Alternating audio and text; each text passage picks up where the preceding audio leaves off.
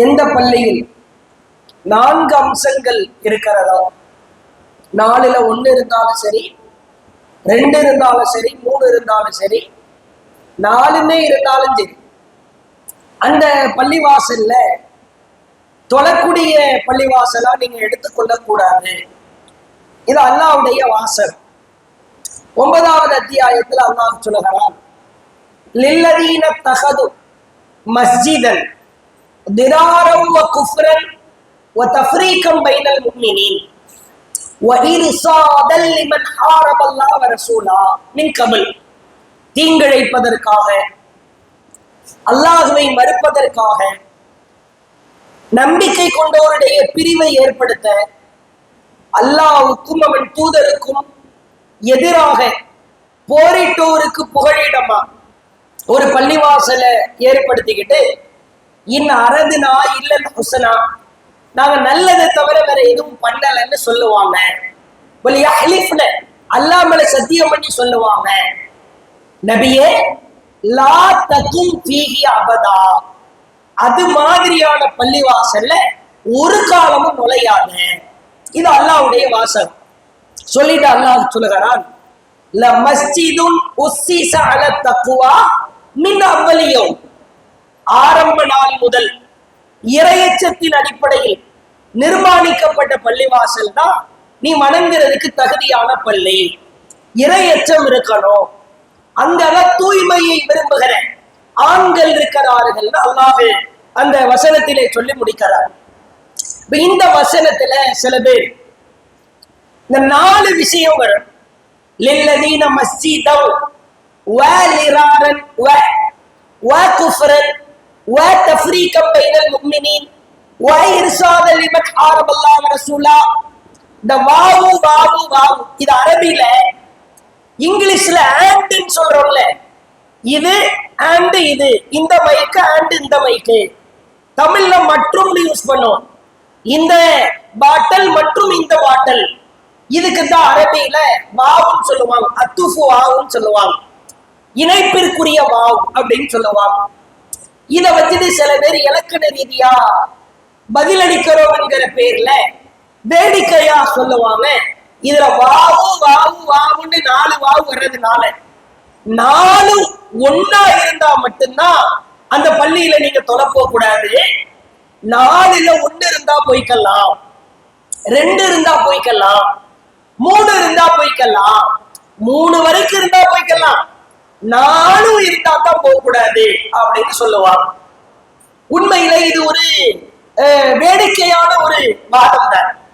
அந்த பள்ளிவாசல் சம்பந்தமா லிஸ்ட போட்டுட்டு அல்லாஹ் அடுத்த வசனத்திலேயே சொல்லிட்டான், ல மஸ்ஜிதுன் உஸ்ஸிஸ அல தக்வா மின் அவ்வல் யௌம், ஆரம்ப நாள் முதல் இறையச்சத்தின் அடிப்படையில் நிர்மாணிக்கப்பட்ட பள்ளியை நீ வணங்குவதற்கு தகுதி. அல்லாஹ் 4ல் 3 இருந்தா போய்க்கோ, 2 இருந்தா போய்க்கோ, 1 இருந்தா போய்க்கோன்னு அல்லாஹ்வுடைய தூதரை பிரிச்செல்லாம் சொல்லவே இல்லை.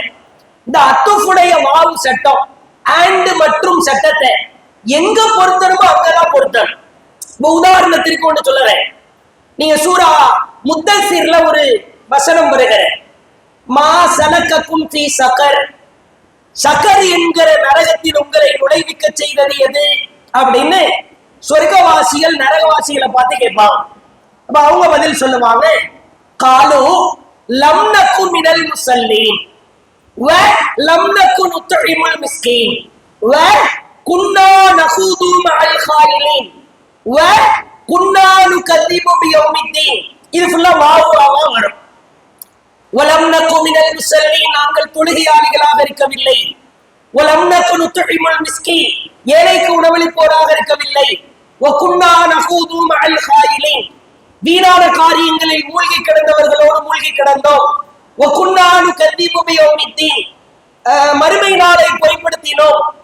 ஹத்தா அத்தானல் யகீன், இப்படிதான் கடைசி வரைக்கும் இருந்தோம்னு சொல்லுவாங்க. இதுலயும் வாவுதான் வரும். சக்கர்ல நரகத்துல நுழையணும்னா 4 ஒன்னா இருக்கணும். அவன் தொழுகையாளையாவும் இருக்க கூடாது, ஏழைக்கு உணவளிக்கவும் கூடாது, கியாமத்தினால மறுக்கவும் செய்யணும், வீணான காரியத்துல மூழ்கியும் கிடக்கணும். இந்த 4 ஒன்னா இருந்தாதான் சக்கர் நரகத்துல அவன் நுழைவான்னு சொன்னா முட்டாள்தனம்.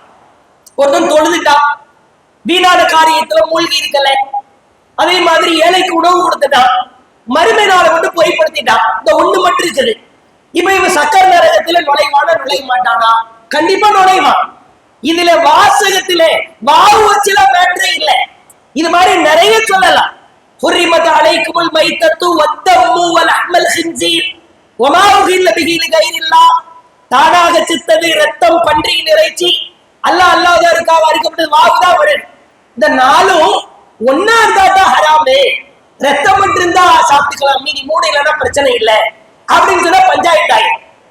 எங்க நாலு ஒன்னா இருக்கணும் அப்படின்னு அனுமதிக்கப்பட்ட இடம் இருக்கிறதா? இலக்கணத்தை சும்மா இஷ்டத்துக்கு பயன்படுத்தினா தலக்கணம் ஆயிடும். எனக்கு தான் இலக்கணம் தெரியுமெல்லாம் பயன்படுத்த கூட.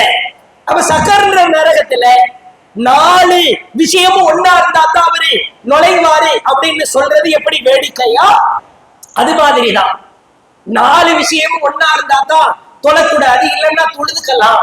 அது எந்த அளவுக்கு சேட்டமா போறாம சிறுக்கு இருந்தாலும் தொழுதுக்கலாம். ஒண்ணுதான் இருக்குது. நம்பிக்கை கொண்டவற்ற பிரிவை ஏற்படுத்தல. அல்லாஹ்வுக்கு அவன் தூதருக்கும் எதிராக போரிட்டோருக்கு புகலிடமா பள்ளியை கட்டல. இப்படி சிறுக்கு மட்டும் இருந்தாலும் தொழுதுக்கலாம். இது அபாண்டம்.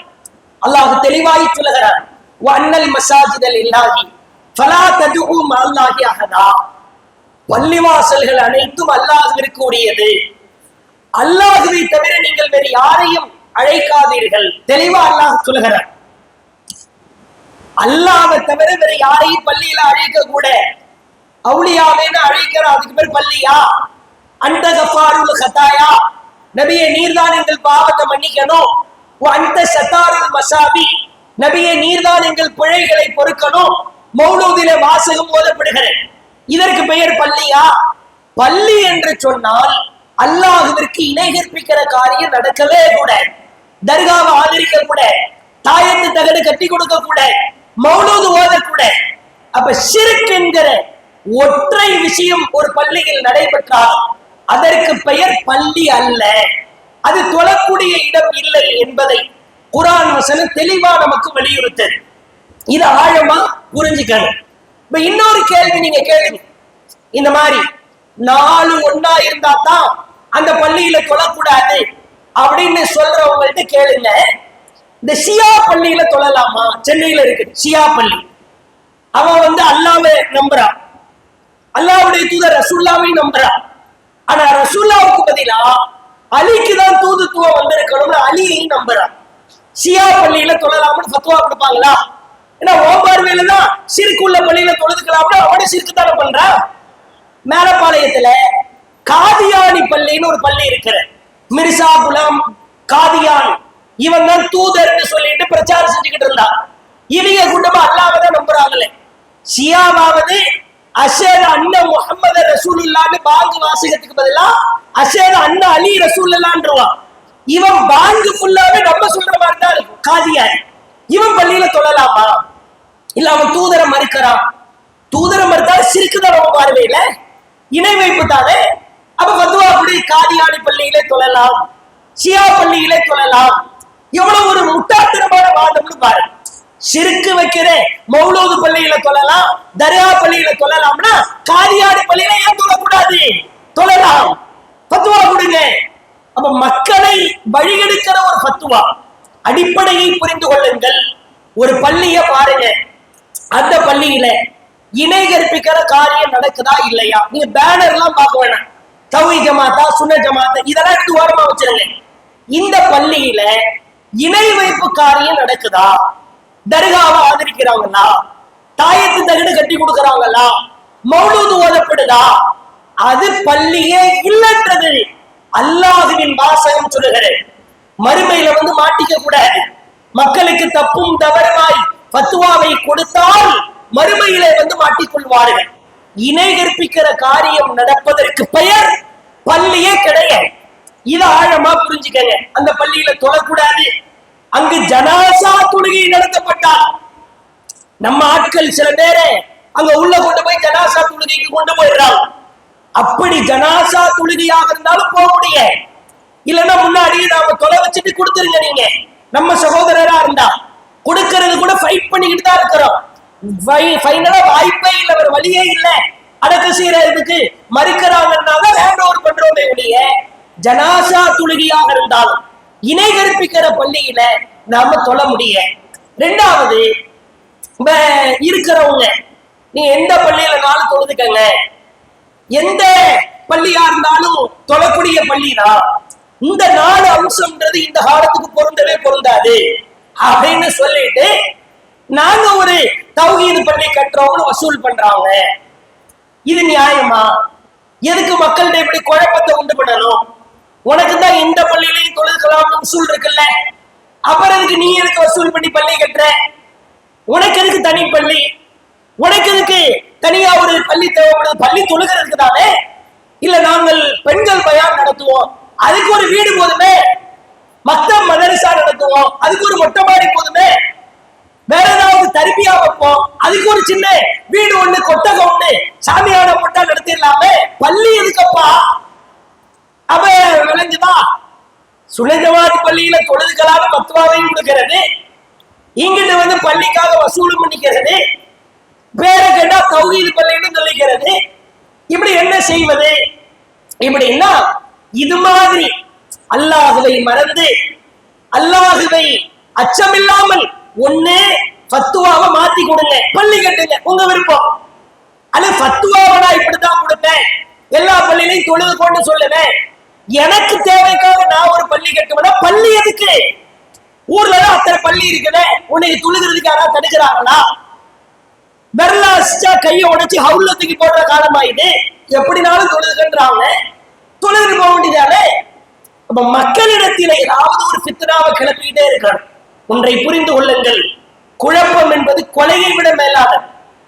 அல்லாஹ் குர்ஆனிலே சொல்கிறார், குழப்பம் என்பது கொலையை விட மேலானது. தௌஹீது நம்ம ஒரு பிரச்சாரம் செய்கிறோம், அதே மாதிரி தௌஹீதுன்ற பள்ளியில நாங்கள் வசூல் செய்கிறோம், கட்டுகிறோம் என்கிற பேர்ல செய்யறாங்க.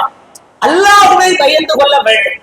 மார்க்க ஃபத்துவாவையும் தப்பாய் சொல்லி, மன இச்சைக்கு கட்டுப்பட்டு ஒரு தீர்ப்பு சொல்லி, தர்கா இருந்தாலும் பிரச்சனை இல்லை, மௌலூத் ஓதுனாலும் பிரச்சனை இல்லை, அது மாதிரி பள்ளியில தொழுதுக்கலாம் என்கிற ஒரு தீர்ப்பை சொல்லிவிட்டு தனிப்பள்ளி என்று யார் கட்டுகிறார்களோ அல்லாஹ்விற்கு பயந்து கொள்ள வேண்டும். ஒருவேளை கட்டி வசூல் பண்றாங்கன்னா அதுக்கு பொருளாதாரம் கொடுக்கிறது கொடுக்காம இருக்கிறது உங்க தனிப்பட்ட விருப்பம். நீங்க பாருங்க, அவர்களுடைய செயலை பாருங்கள், நடவடிக்கையை பாருங்க, கரெக்டா இருக்கிறாங்களா? இவங்க இந்த பொருளாதாரத்தை இந்த பள்ளியை கட்டினா பிரிவினை ஏற்படுத்துவாங்களா, தாவா செய்வாங்களா? இதையெல்லாம் பாருங்க. இல்ல இல்ல இது குழப்பம் தான் ஏற்படும். இந்த தௌஹீது பள்ளி ஏற்கனவே ஒரு பள்ளி இருக்குது, இன்னும் 2-3 பள்ளி வச்சுன்னா இவங்களுக்கு மத்தியிலேயே ஒரு குழப்பம் ஏற்படுற மாதிரி ஆயிரும் இருந்தா அது மக்கள் முடிவெடுப்பதுதான். ஆனால் குழப்பம் என்பது ஒரு பகுதியிலே தௌஹீத் என்கிற பேர்லயே 4 பேர் 4 விதமா குழப்பம் பண்ணா மக்களுடைய நிலைமை பரிதாபத்திற்குரிய நிலைமையா ஆயிடும். இது மாதிரி ஜமாத்தை விட்டு வெளியே போயிட்டு பள்ளி ஆரம்பிக்கிறது, ஃபத்துவாவை தப்பு தப்பா கொடுக்கிறது, இதெல்லாம் தேவையில்லாத வேலை. மார்க்கத்தை சரியாய் புரிந்து உணர்ந்து ஃபத்துவாவை கொடுக்க வேண்டும்.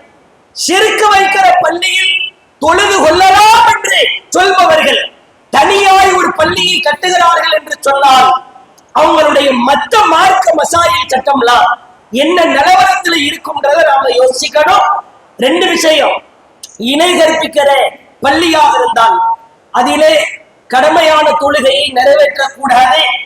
அந்த பள்ளி பள்ளி என்று அங்கீகரிக்கப்பட அதையே ஆதரிச்சுட்டு தனியா ஒரு பள்ளி ஒருத்தர் உருவாக்கணும்னு நினைக்கிறாருன்னா குழப்பத்திற்கு விளைவிக்கிறார். இதற்கு மேல அவங்க இணை கற்பிக்கல, தாவாவிற்காக செய்கிறார்கள் என்று இருக்குமானால் அதை சம்பந்தப்பட்டவர்கள் மக்கள் நீங்களே முடிவெடுத்து குழப்பம் இல்லாத வகையில் அதை தனிப்பட்ட முடிவெடுப்பது அதுல சிறந்தது அப்படின்றத அந்த கேள்விக்கு பதிலா சொல்லிக்க.